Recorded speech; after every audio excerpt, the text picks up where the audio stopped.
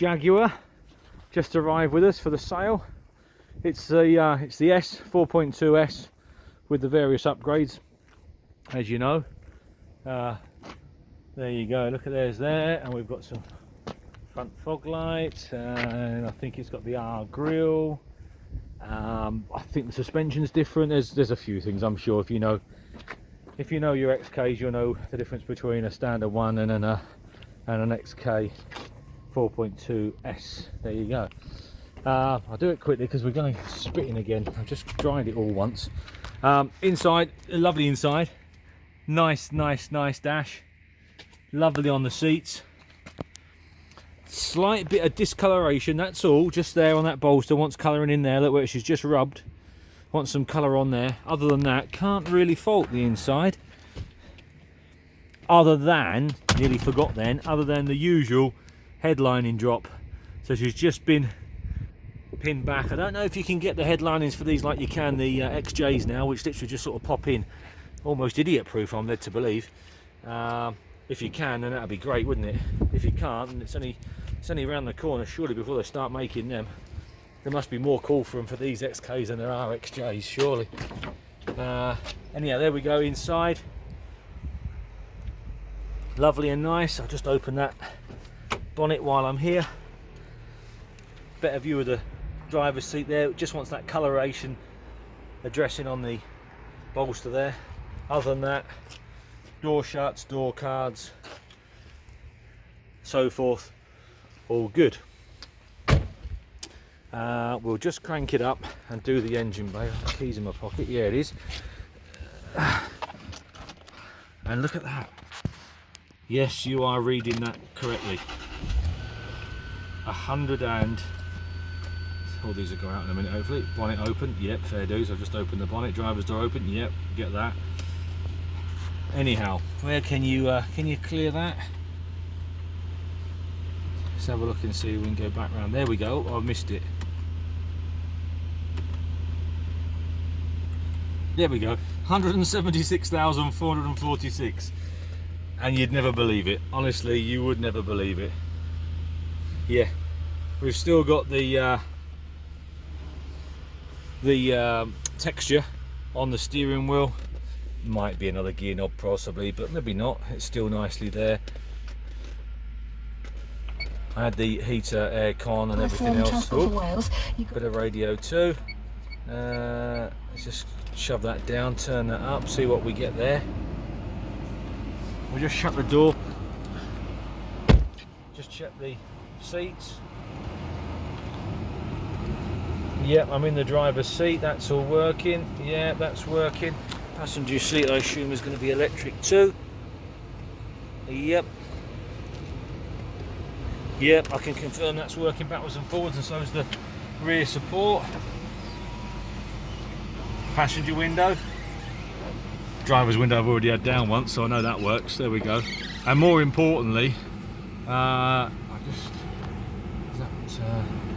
leave that blowing for a minute. But more importantly, if you watch the mirror, the window drop. So you're watching the window drops, door opens, window goes back. So the usual fault of the windows, that one's just dropped. There you go, it goes back up. So the window drop thing's working as it should do.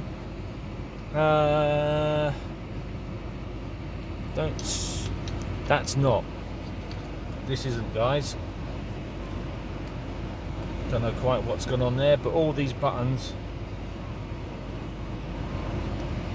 No, all these buttons feel rock solid. So I don't know quite what's gone on there. Radio's working. Turn that off. We've got some air con. Let's put it on that one.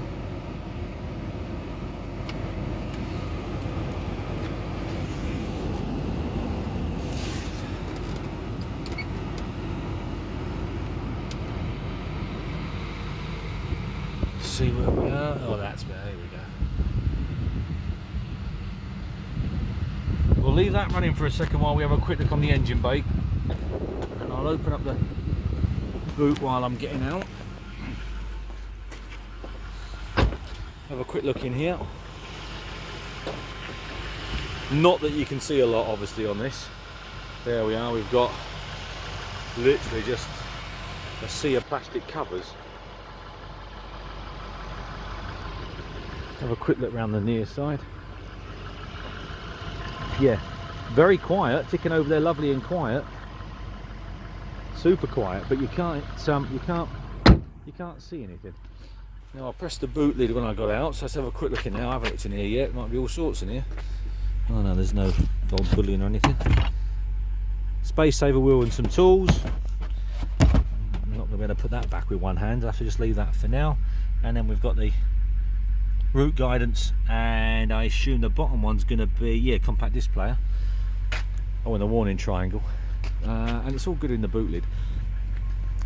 They don't suffer with sort of boot and bonnet issues, do they? It's weird wheel arches, isn't it? These have obviously been done. You can tell it's been painted. I think it's been painted all the way down the sides, to be fair. You can certainly tell these have been done, which they're going to be done. There isn't one out there that hasn't been done yet, I don't think, is there? So they've been done. Brake upgrade there, obviously, because it's the S.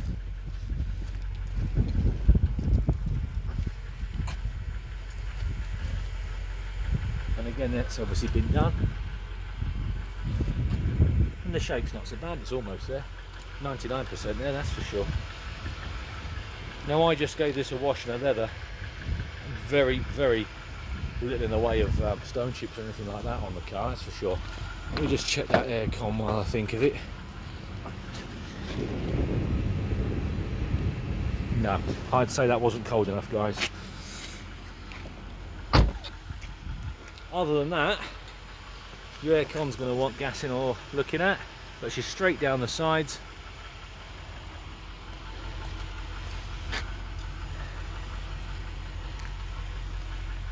Around the rubbers.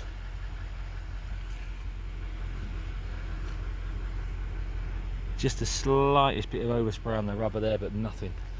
Just literally 5 minutes with a nice Stanley blade. I'll just flick that off. Just where it's obviously been painted, and they would have lost the coloration, wouldn't they, up the C post there, down the side. Nice colour though, isn't it? Bonny colour. I like the colour. And the wheels and things, it's all sort of sets itself off nicely. But owned by, I can't remember if it was the chairman or a secretary of one of the Jaguar enthusiast clubs, so obviously knew his Jaguars. Yeah,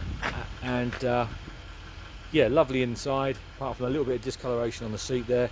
The map thing at the top there, I couldn't make anything of that. You'd have to have a better look at that. I couldn't see anything. Like I say, it felt to me like all the buttons were they're really stiff, so whether it's lack of use or whether it's just packed up, I'm not so sure.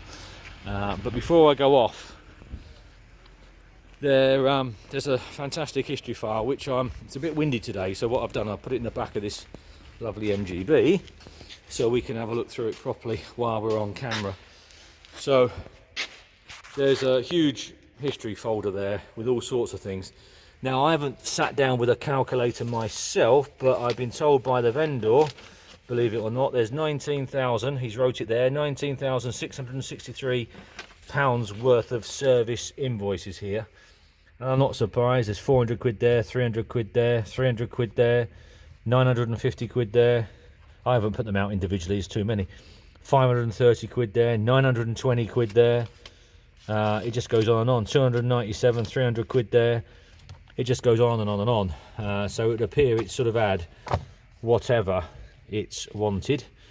And then the service book we've got here, supplied into Stockport. So then we've got 1, 2, 3, 4, 5, 6, 7, 8, 9, 10, 11, 12, 13, 14, 15, 16, 17, 18, 19 stamps. Last serviced at 171,400 according to the records there. So yeah, basically you've got all your bits and pieces in there, guys, as well.